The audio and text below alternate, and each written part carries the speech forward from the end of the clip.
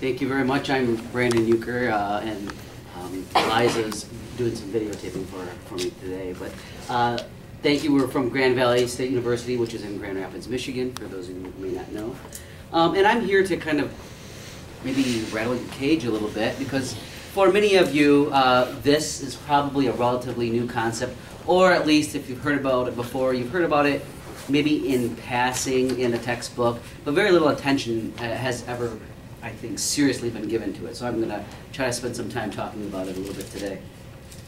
So first of all, though, I have to, I'm preaching to the choir. We're all social workers, or many of us, at least in the room, are social workers. And to make sure we make this connection about social work and evaluation, and how fundamental evaluation is to the practice of social work. And my specialty, of course, is program evaluation. That's what I'll be talking about primarily today, but evaluation of practice, etc. I like the quote that Saul Alinsky, the great community organizer, used, and said that without evaluation, you're just a pile of undigested actions. So what is goal-free evaluation?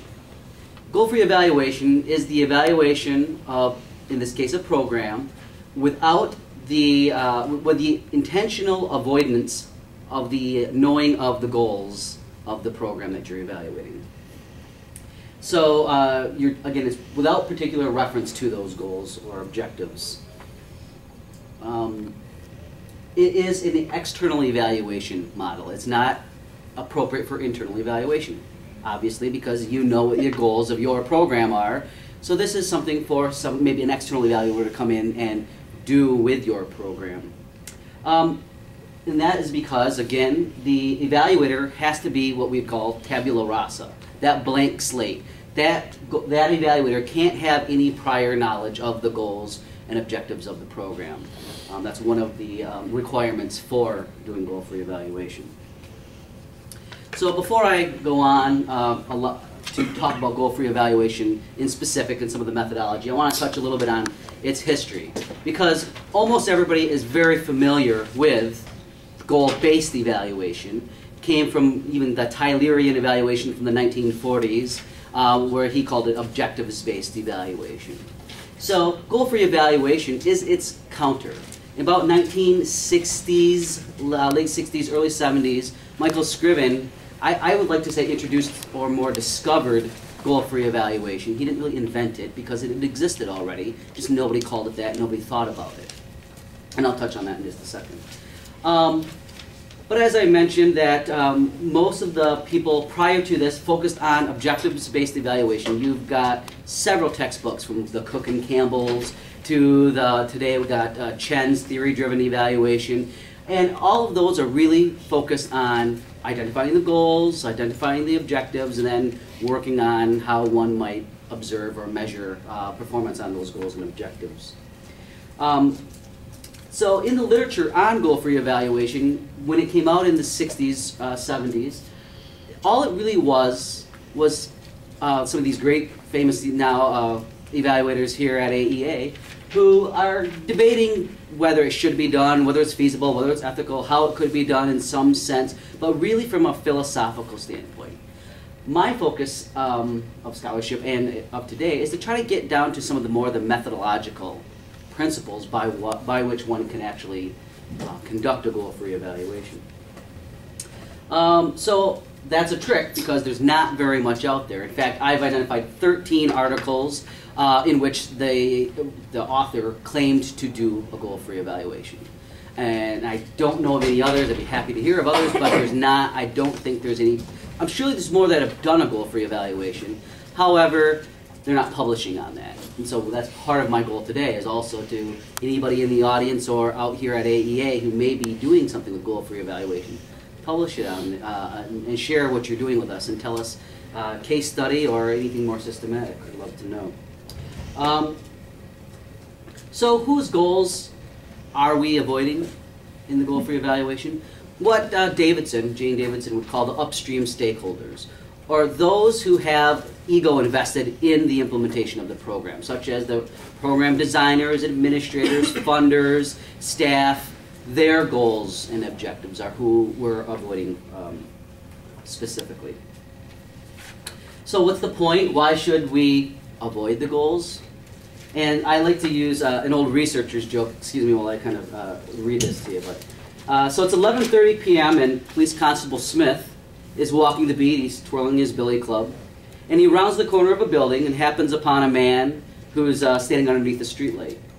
The man's on his hands and knees, gets down on his hands and knees and is feeling around in front of him. So the officer walks over there and takes a look at it, and well, the man doesn't appear to be drunk, and he's clearly on the ground searching for something. So the officer walks over there and flashes his flashlight to help the guy kind of look for whatever he's looking for. And after about 5 minutes, the officer says, you know, did you lose something? And the guy says, yeah, I lost my keys. And so the officer keeps helping the man look, and after a couple more minutes, he goes, are you sure you lost your keys here? And the man says, no, I lost my keys over on the other side of the street, but the light was better here. So that's one of the analogies I like to use for goal-free evaluation. The officer is kind of like the evaluator in this sense, and the street light is the goals. And the light is telling you where to look for, in this analogy, where the goals are supposed to be like the effects that one should be looking for, when there are plenty of potential effects that are outside of the street light, so to speak. Oops. So here is what Michael Scriven says about goal-free evaluation in his early writings from, I think this one's from '67. It says, goal-free evaluation is finding out what the program is actually doing without being cued to what it's trying to do. If the program is achieving its stated goals and objectives, then these achievements should show up.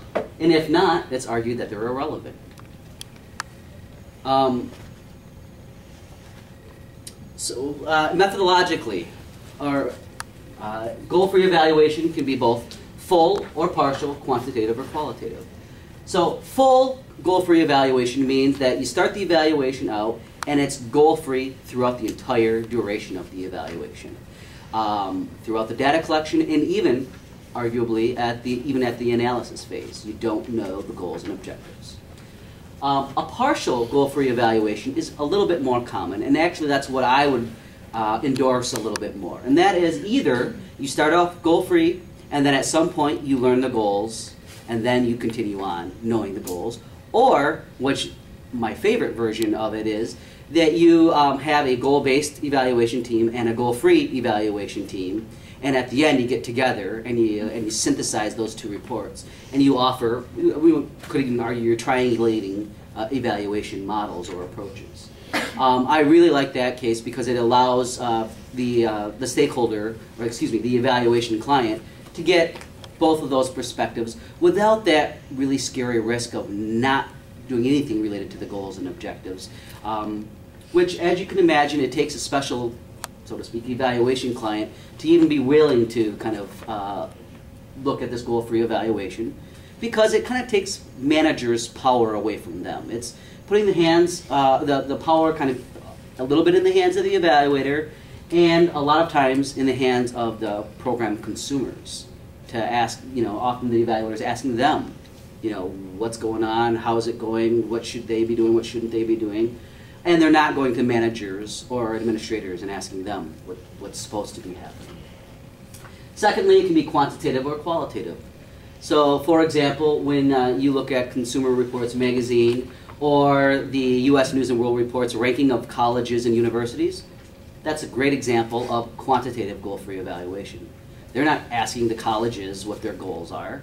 They've come up with some system by which they're measuring colleges and universities' performance, and they're typically they use some type of quantitative method to come up with some numerical score. Qualitatively is how I see it most typically done in program evaluation. Doesn't mean it has to be, but that's what it tends to be in practice, where they will use this for a lot of interviewing techniques, document analyses, a lot of interviews with key informants, etc., to get their perspectives as to what is occurring, is it been good or bad, that type of thing.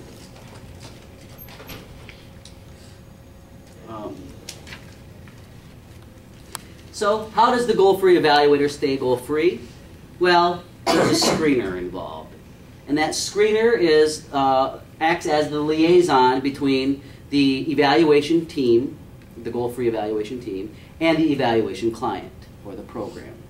That screener is often an administrative assistant. It can sometimes even be someone from that evaluation client's program who's willing to play along. I've used my own evaluation team, a goal-based evaluation team member to act as the screener for my goal-free evaluations. So basically, it's anybody who's willing to assist in screening the goal-free evaluator from the goals and is relatively familiar with what those goals are. So they know when to avoid and maybe black out or screen the particular goals. So I say that the goal-free evaluator's screener is kind of like the horse's, the goals are like the horse's blinders. And those blinders are causing tunnel vision towards the goals. And so we are trying to avoid, with goal-free evaluation, we're trying to avoid that tunnel vision by only looking at effects as they occur as in relation to the goals and objectives. Because often we could be missing very potentially relevant effects or important effects that are kind of on the periphery. So, like Lady Justice in the first title slide is blind, so is the evaluator in this case. In fact, Scriven in his writings has even called it, analogized it to double-blind pharmaceutical research. In the case where the pharmaceutical researcher doesn't know which pill is the placebo and which pill is the pill that's supposed to produce the main effect, the medicine. So in this case, the evaluator doesn't know what effect that he or she is observing, whether it's an intended goal effect or if it's just a side effect. In fact, in this case, the term side effect is meaningless anyway. We're just looking at any and all relevant effects or outcomes. So another example that I give to students when they ask me about this, as if they're interested, which they're not. I like to talk about, since I'm a social worker, I talk about Wellbutrin, which many of you may be familiar with, that drug. It was initially prescribed as an antidepressant. Many of you probably also have heard of it as bupropion, which is one of its side effects was later proved to cause a reduction in smoking. So now it's relabeled, exact same drug, different name as bupropion, which is a smoking cessation drug. So it's an example, maybe a not so great example, but it's an example of the side effect later on becoming a main effect.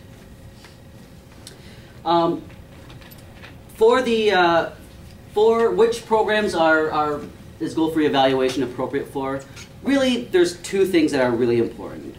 One is that program is willing to play along with that goal-free nature, is willing to screen, willing to help and not try to force the goals on the evaluator. That's kind of got to be agreed. They've got to really agree to trying this model, and you can't really, of course, have them trying to manipulate things in that way, otherwise you'll jeopardize the goal-free nature of the study. And the second thing that's really important is that evaluator can't have too much prior knowledge to the program's goals and objectives. So they may know, and I've had many cases where I've evaluated a housing program, and I know it's a housing program. I know that some of their general mission is about helping people have stable housing or increased housing, whatever that might be. But I don't know the specifics of whether they are trying to do that in a particular method by by case management, by many other methods that they could be using. I don't know the specific goals. I might know the general mission, just like you know the general mission or purpose for a car, but you don't necessarily know what the car manufacturer is trying to do when they designed that car, whether it was to be fuel efficient, whether it was to be the fanciest, sweetest car on the market. Which brings me to another example.